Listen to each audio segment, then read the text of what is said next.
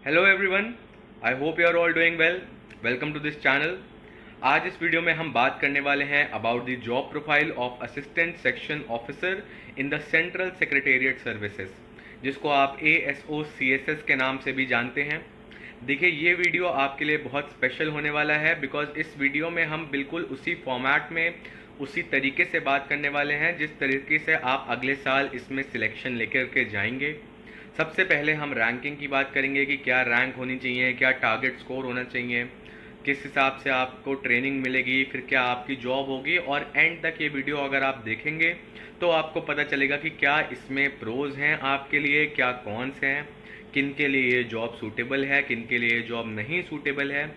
अगर आप किसी डिलेमा में हैं जिसमें आपको लगता है कि मुझे ये जॉब पता नहीं करनी चाहिए या नहीं, प्लीज़ इस वीडियो को एंड तक देखिए and it will help you decide better about whether you should be in this job or not। तो चलिए सबसे पहले बात करते हैं सिलेक्शन की। देखिए, ASO-CSS बहुत लोगों की ड्रीम जॉब होती है which makes it tougher to get into. ये जॉब जो है बहुत लोग अपने फर्स्ट प्रेफरेंस में रखते हैं after the SSC CGL exam. इसकी वजह से इसका जो कट ऑफ है वो यूजुअली आपको हायर साइड में देखने को मिलेगा। बट ये एक बहुत अच्छा आपके लिए अपॉर्चुनिटी है कि आप एक हायर कट ऑफ को टारगेट करें। ये जॉब अगर आप टारगेट करते हैं तो आप एक हायर कट ऑफ को टारगेट करेंगे एंड आपके मार्क्स अच्छे आने इंश्योर होते हैं इस वजह से। इसकी जो पहले आप अगर वैकेंसीज देखें यहाँ स्क्रीन पर, तो इसकी नॉर्मली आपको पिछले 5 साल में स्टार्टिंग में कम वैकेंसीज थी। 2019, 2021 में, 2022, 2023 में इसकी ज़्यादा वैकेंसीज देखने को मिली हैं। मोर दैन 300 वैकेंसीज देखने को मिली हैं। 2024 में भी जिस हिसाब से वैकेंसीज रिपोर्ट हो रही हैं, पीपल आर एक्सपेक्टिंग कि ज़्यादा ही वैकेंसीज देखने को मिलेंगी। बट एक मेरा ये पर्सनल सजेशन आपके लिए है, देखिए वैकेंसीज 50 हों या 500 हों, आपने एक सीट लेनी होती है। प्लीज़ इन सब चक्करों में मत पड़िए कि कितनी वैकेंसी आएगी, 50 आएगी तो मैं ज़्यादा तैयारी करूँ, 500 आएगी तो मैं ज़्यादा तैयारी उस हिसाब से, या जैसे भी अगर आपका दिमाग चल रहा है। आपको एक सीट लेनी है, आप एक सीट पे टारगेट रखो। आपको कोई फ़र्क नहीं पड़ता है 500 सीट आएंगी या 600 सीट आने वाली है। So please target this. ये जॉब आपके लिए बहुत ही बढ़िया है। देखिए, इसमें जो ये कट ऑफ आपको दिखने को मिलता है ये मोर देन 320 मार्क्स होता है जनरली। SSC CGL का जो Tier 2 का एग्ज़ाम है वो 390 मार्क्स का होता है, तो जिसमें से 320 मार्क्स मतलब आपको मोर देन 80% मार्क्स स्कोर करने हैं। अच्छा खासा टारगेट स्कोर है ये। I should also remind you कि अगर आप इतना टारगेट स्कोर रखते हैं तो इसको आप बेशक, अगर मान लीजिए आप 1-2 नंबर से रह जाते हैं, वैसे तो ये पॉसिबल नहीं है कि अगर आप अच्छे से पढ़ाई करें तो नहीं कर पाएंगे, बट जस्ट लेट सपोज कि गॉड फॉरबिड आप 1-2 नंबर से रह भी जाते हैं, तो भी आप जिन जॉब्स पे लैंड करेंगे, जो आपके इसके नीचे के जो प्रेफरेंसेस होंगे वो भी बहुत एक्स्ट्रा ऑर्डिनरी होंगे, बहुत ही अच्छे प्रेफरेंसेस मिलेंगे आपको। रादर दैन कि आप कोई छोटी जॉब टारगेट करो कि नहीं मैं ऑडिटर या फिर मैं टैक्स असिस्टेंट लग जाऊँ।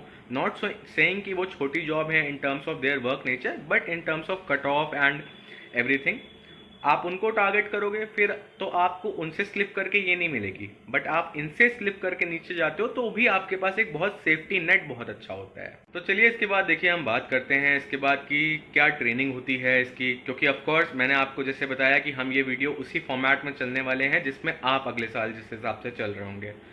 सो आपका सिलेक्शन हो गया, आप मार्क्स लेके आ गए बहुत अच्छे, आपने प्रेफरेंस दिया अपना ASO and CSS। नाउ आपकी ट्रेनिंग की बारी आती है 1-2 महीने के पीरियड के बाद। 2 महीने की इसमें ट्रेनिंग आपकी होती है। यूजुअली आपकी ट्रेनिंग दिल्ली में होती है, but there are few other centres जहाँ पे आपकी ट्रेनिंग होती है, जैसे कि गया, इन पटना, भोपाल, त्रिवेंद्रम, हैदराबाद। ये 4 मेन सिटीज़ हैं अपार्ट फ्रॉम दिल्ली। दिल्ली में 2 सेंटर हैं और 4 और टोटल 6 सेंटर हैं जहाँ पे आपको ट्रेनिंग मिलती है। यूजुअली आपका जो ट्रेनिंग पीरियड होता है वो 2 मंथ्स का होता है। अभी इस टाइम पे SSC CGL 2023 वालों की ही ट्रेनिंग स्टार्ट हो चुकी है, ASO and CSS वालों की। सो वो जो ट्रेनिंग पीरियड होता है वो बहुत आपका एक लाइट पीरियड होता है। 1 वीक का आपको वेकेशन भी उसमें कराया जाता है जिसमें आपको एग्जॉटिक प्लेसेस इंडिया में घूमने का मौका मिलता है। तो चलिए इसके बाद देखिए, अब आपकी ट्रेनिंग भी कंप्लीट हो गई। अब हम बात करते हैं नेचर ऑफ द जॉब। अब आप ट्रेनिंग कंप्लीट करके आ चुके हो ऑफिस में, तो ऑफिस में करना क्या है मेनली। एक और चीज़ मैं आपको पर्सनल सजेशन देना चाहता हूँ।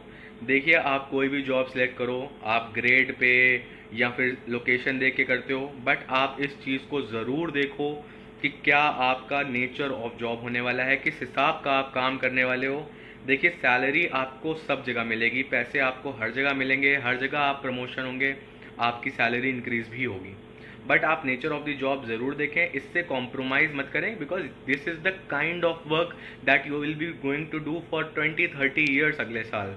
तो you do not want to compromise with this and come home frustrated every evening कि आपको अच्छा ही नहीं लगता है आपका काम, राइट? सो आप इसमें ज़रूर देखें कि क्या नेचर ऑफ द जॉब होता है। ASO CSS is one of my favourites. जो नेचर ऑफ जॉब की अगर मैं बात करूँ, काफ़ी ईजी गोइंग, बहुत रिलैक्स्ड काइंड ऑफ जॉब होती है इसकी। यूजुअली आप असिस्टेंट सेक्शन ऑफिसर होते हो, जैसा कि नाम है इसका, तो आप सेक्शन ऑफिसर एक होता है, उसको आप असिस्ट करते हैं। यूजुअली एक दो असिस्टेंट सेक्शन ऑफिसर्स एक SO को असिस्ट करते हैं। इसके बाद आपके पास पूरी एक टीम होती है जिसमें data entry operators, DEO, MTS staff workers, LDC, UDC और भी स्टाफ काफ़ी सारा होता है। तो यूजुअली आपका ये होता है, आपका जो फर्स्ट सुपीरियर होता है वो SO होता है। इसके बाद जो आपका काम होता है वो ड्राफ्टिंग होती है, लेटर्स की, मेमोरेंडम्स की, दूसरे मिनिस्ट्रीज से आपको कम्युनिकेट करना होता है, ये ड्राफ्टिंग होती है। देखिए वर्क मैं क्यों कह रहा हूँ फेवरेट, क्यों इजी गोइंग, क्योंकि काफ़ी इसमें आपको सपोर्ट मिलता है। आपको कोई ऐसा काम नहीं दिया जाता है जो आपको नहीं आता है और बहुत चैलेंजिंग सा कोई काम दे देंगे, ऐसा कुछ नहीं होता है। सिंस काफ़ी ज़्यादा स्ट्रेंथ होती है ASOs की, तो इतना कोई प्रेशर नहीं होता है आपकी डेस्क पे। हाँ, ये एक प्रॉपर डेस्क जॉब है, इसमें आपको कोई फील्ड वर्क नहीं मिलेगा करने को, which is a con for many people. बहुत लोगों को फील्ड वर्क में इंटरेस्ट होता है, पर ये प्रोज और कॉन्स में हम बात करेंगे इसकी। सो आपको काफ़ी सपोर्ट मिलता है, कोई डेडलाइंस नहीं होती हैं। सो इस वजह से ये आपका काम जो है, ये तो आई वुड से कि it is Fairlie easy. So of course अब अगर आप इतने सारे मार्क्स लाने वाले हो तो आपको काम भी जो मिलेगा वो इतना डिफिकल्ट भी नहीं मिलेगा, थोड़ा तो आसान मिलेगा ही। But it is a respectable post and आपका जो काम होता है वो काफ़ी रिस्पॉन्सिबिलिटी वाला होता है। तो even though ASO as an ASO आपको थोड़ा सा फिर भी ईजियर वर्क मिले, बट जैसे जैसे आपकी प्रमोशन होती है आपके रिस्पॉन्सिबिलिटीज़ उतने ही इंक्रीज होते जाते हैं। तो चलिए इसके बाद बात करते हैं आपका सबका सबसे फेवरेट जो टॉपिक होता है, सैलरी, पर्क्स, बेनिफिट्स। क्या क्या बेनिफिट्स होते हैं इस जॉब के। देखिए सैलरी जो इस जॉब की होती है ये तो आपने सबसे पहले ही चेक कर लेनी होती है। 4600 ग्रेड पे की सैलरी होती है। अभी रिसेंटली जनवरी 2023 से जो DA है वो 50% हो गया है, HRA 30% हो गया है। तो आपकी जो इन हैंड पे आती है वो आती है अप्रॉक्सीमेटली 78,000 के करीब। सो 80,000 रुपये आप मान के चलिए इसमें आपको सैलरी मिलती है। 95,000 आपकी ग्रोस पे होती है, इन हैंड आपकी 80,000 होती है। टेक होम पे आपको 80,000 every month, end of every month आपके बैंक में क्रेडिट हो जाती है। इसके बाद आप बेनिफिट्स अगर इसमें पूछेंगे तो आपकी वही जो अर्न लीव होती हैं और भी लीव्स होती हैं, जितनी भी आपकी कैजुअल लीव्स 10 होती हैं, 30 अर्न लीव्स होती हैं, वो होती हैं। नेचर ऑफ द जॉब में अगर मैं आपसे ज़्यादा बात करें तो आपकी जो टाइमिंग होती है वो आपको 2 दिन ऑफ मिलता ही मिलता है। अलग अलग मिनिस्ट्रीज़ में आपको काम करना होता है। इसमें CSS कोई एक मिनिस्ट्री नहीं है, इसमें आपको अलग अलग मिनिस्ट्रीज़ में आप किसी में काम करते हैं, कम्युनिकेशन, एग्रीकल्चर, लेबर मिनिस्ट्री, किसी में भी आप काम कर सकते हैं। ये प्रेफरेंस आप ही सिलेक्ट करेंगे। कब करेंगे? जब आप सिलेक्शन लेके जाएंगे, ट्रेनिंग से पहले ही आपके पास वो आ जाएगा, जब आपको प्रेफरेंस भरना होगा कि मुझे कौन सी मिनिस्ट्री में काम करना है। उसमें आप जिस भी मिनिस्ट्री में आपको पसंद हो, जो भी वैकेंसी हो, आपको काम आप कर सकते हो। ऑल्सो मिनिस्ट्रीज चेंज होती हैं, ऐसा नहीं है कि आपको लाइफ टाइम एक ही मिनिस्ट्री में काम करना है। हर 5-7 साल बाद आपकी मिनिस्ट्री चेंज हो जाती है। सो वर्क आपका उतना मोनोटोनस नहीं रहता है। सो देखिए ये तो हो गई सैलरी और आपके जॉब नेचर की बात। अब आपने जॉब ज्वाइन कर ली है, आपने सैलरी ड्रॉ कर ली है, आपको पता है आप काम क्या करते हो, कैसे काम करते हो, कितने दिन करते हो, आपकी हफ्ते में 2 दिन छुट्टी है, 9:30 से 6 बजे तक आपका काम होता है। वर्किंग इन्वायरमेंट जो आपका होता है मिनिस्ट्रीज़ का, देखिए सेंट्रल गवर्नमेंट की मिनिस्ट्रीज़ हैं, मोस्टली आप दिल्ली में ही आपका जो होता है प्लेसमेंट होता है इसमें। अगर आप चाहो तो आप कुछ एक सेंटर्स होते हैं, कुछ एक मतलब जो ऑफिसेज होते हैं जिसमें आप बाहर भी आप ले सकते हो अपनी, ऐसा कोई ज़रूरी नहीं है। बट 90 to 95% चांसेस यही होते हैं कि आपको दिल्ली में ही इसमें जॉब करने को मिलती है। जैसे कुछ मिनिस्ट्रीज़ हैं जिनके ऑफिसेज बाहर हैं, लखनऊ में हैं, भोपाल में हैं, साउथ में हैं। तो इसमें क्या होता है, आपको वहाँ पे भी आप ले सकते हो, बहुत फ्लेक्सिबल है, ऐसा कुछ नहीं है कि आपको नहीं मिलेगा या कोई बहुत प्रॉब्लम होती है। क्वार्टर वगैरह की अगर बात करें तो देखिए आप एलिजिबल तो हो ही जाते हैं 1 साल के बाद क्वार्टर अप्लाई करने के लिए, but let me tell you very clearly कि 4 से 5 साल तक का आपको टाइम लगता है, बिकॉज जो वेटिंग लिस्ट होती है काफ़ी लंबी होती है, तो ऑफकोर्स आपके जो सीनियर्स होते हैं उनको पहले मिलता है क्वार्टर, और जैसे जैसे आप सीनियर होते जाते हो आपको भी मिलता है। तो चलिए इसके बाद हम बात करते हैं about the promotions of an ASO CSS। अब ऑफ कोर्स आपने जॉब ज्वाइन करी, ट्रेनिंग करी, आपने जॉब वर्क स्टार्ट कर दिया, ट्रेनिंग के बाद आपने सैलरी ड्रॉ कर ली, अब आप कुछ ईयर्स काम करोगे, उसके बाद आपका प्रमोशन होगा ऑफ कोर्स। सो देखिए इसमें जानना बहुत ज़रूरी है कि आपके प्रमोशंस कब होते हैं, किस तरह से होते हैं। देखिए गवर्नमेंट ऑफिसर्स का रूल होता है कि 2 तरीके से आपको प्रमोशंस मिलते हैं। पहला तरीका तो ये है कि आपको सीनियरिटी के बेसिस पे प्रमोशन मिलेगा, आप काम करते जाओ, जैसे जैसे आप सीनियर हो जाओगे एक टाइम आएगा जब आपको प्रमोशन ग्रांट कर दिया जाएगा। दूसरा तरीका ये होता है कि आप एग्ज़ाम दें जब आप जॉब ज्वाइन करें उसके बाद कुछ ईयर्स के बाद, और आप प्रमोशन को मेरिट बेस्ड पे ले लें। दोनों ही तरीके अपने आप में बहुत अच्छे हैं, और जो लाइन ऑफ प्रमोशन है, जो लाइन में आप बढ़ते हो, वो लाइन दोनों में सेम है। तो अगर आपने एक ASO के तौर पे ज्वाइन किया है और अगर आप सीनियरिटी के बेसिस पे जाते हो तो आप 8 साल के बाद सेक्शन ऑफिसर बनते हो, फिर आप उसके 8 साल के बाद अंडर सेक्रेटरी बनते हो, फिर डेप्यूटी सेक्रेटरी 5 इयर्स के बाद, फिर उसके बाद डायरेक्टर, एंड देन लास्ट में जॉइंट सेक्रेटरी। देखिए जो डायरेक्टर और जॉइंट सेक्रेटरी मैंने बताया, तो पहले ही आप 8, 8 और 5 हो गए, ASO से SO में 8, फिर SO से अंडर सेक्रेटरी में 8, फिर 5। तो इसमें जो है टाइम बहुत लग जाता है। यूजुअली अगर आप बहुत यंग हैं और अगर आप जल्दी ज्वाइन करते हैं 21, 22, 23 की एज पे, तो आपके चांस डायरेक्टर और जॉइंट सेक्रेटरी बनने के अच्छे होते हैं। अदरवाइज आपको अंडर सेक्रेटरी और डेप्यूटी सेक्रेटरी की पोस्ट तक तो आप पहुंच ही जाते हो रिगार्डलेस। अगर आप एग्ज़ाम देने के मेरिट बेस पे इसमें लेने की कोशिश करते हो तो आपका जो एग्ज़ाम होता है LDCE, lower departmental competitive exam, ये आपको क्लियर करना होता है। इसमें आप 5 इयर्स के बाद एलिजिबल होते हो। जैसे ही आप ASO CSS 2024 में आप ज्वाइन करोगे, 2029 में आप एलिजिबल हो जाओगे फॉर द LDCE एग्ज़ाम, जिसको क्लियर करके आप 2029 में ही SO बन जाओगे, सेक्शन ऑफिसर बन जाओगे। 5400 ग्रेड पे की जॉब होती है सेक्शन ऑफिसर, और इसके बाद ऑफकोर्स जिसको आप रिपोर्ट कर रहे थे अभी तक अपने बॉस को, आप उसी की पोजीशन पे आते हो। So this was all about कि किस हिसाब से प्रमोशंस होते हैं मेरिट पे और सीनियरिटी बेसिस पे। देखिए लास्ट में अब आपको यहाँ पे सारी चीज़ें पता चल गई हैं कि आपकी ट्रेनिंग क्या है, रैंक कितनी लानी है, क्या जॉब होगी, कितनी सैलरी मिलेगी, and everything about this job.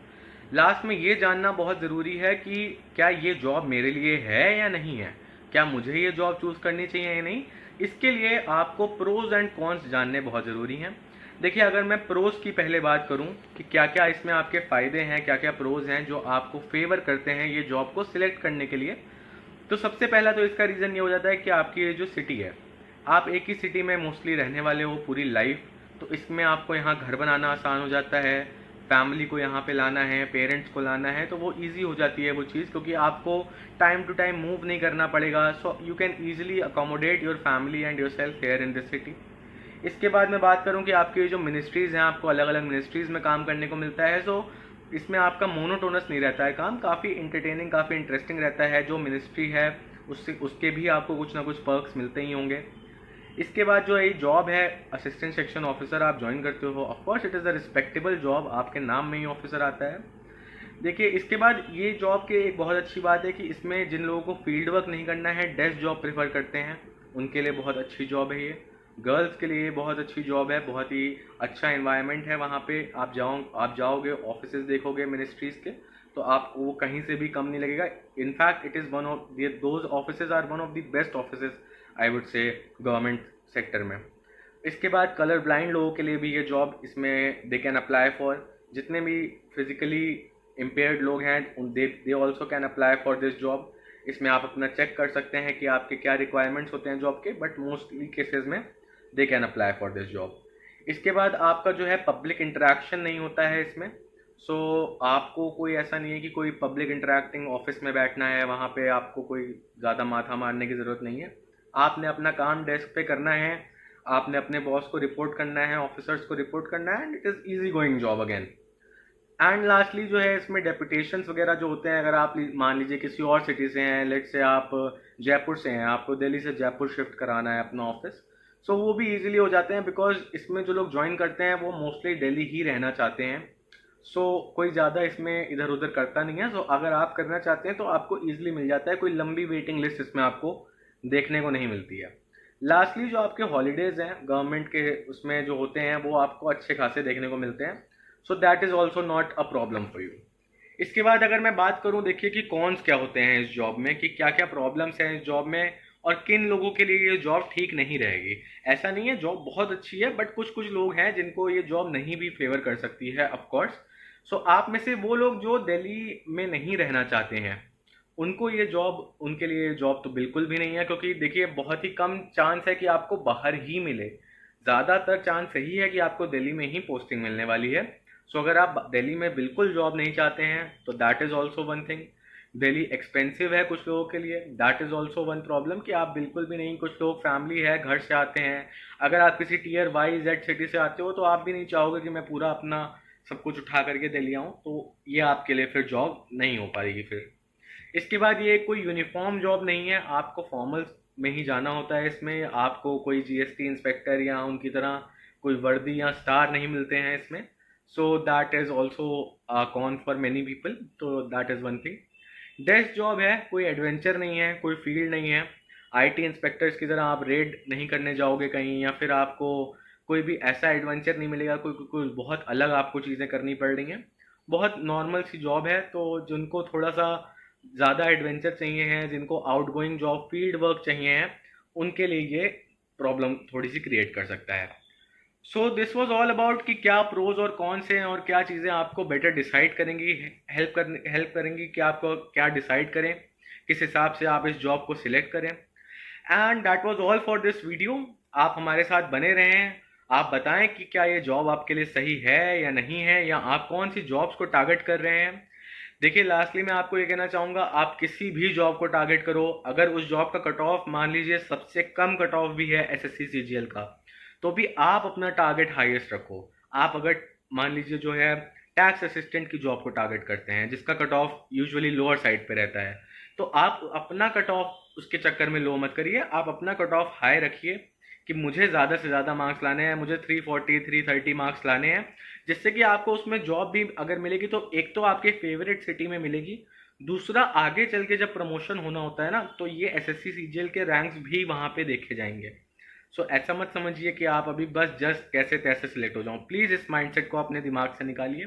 आप हमें कमेंट्स में बताइए कि आपको किन जॉब्स के प्रोफाइल जानने में इंटरेस्ट है, कौन सी जॉब आप टारगेट कर रहे हैं। देखिए ये एक सीरीज़ है जिसको हम ला रहे हैं, जिसमें आपको सारे ही जॉब्स के बारे, एसएससी सीजीएल में जितने भी सीएचएसएल में जॉब्स आते हैं, जितने भी प्रोफाइल्स हैं, सबका एक डिटेल्ड डिस्क्रिप्शन आपको मिलेगा। जितने भी क्वेरीज हैं आप पूछिए, सबका रिप्लाई आपको मिलेगा। एंड लास्टली आई वुड से कि प्लीज़ इससे ज़्यादा आप ध्यान दें अपनी प्रिपरेशन पे, क्योंकि ये जो आपके काम आएगा, ये वीडियोस आपके बहुत काम आएंगे। बट सबसे पहले आप अपनी पढ़ाई को इतना स्ट्रॉन्ग करें दैट आप कोई भी जॉब टारगेट करें एंड आपको वो ईजिली मिल जाए। That's all for this video. Thank you for your precious time. Happy learning.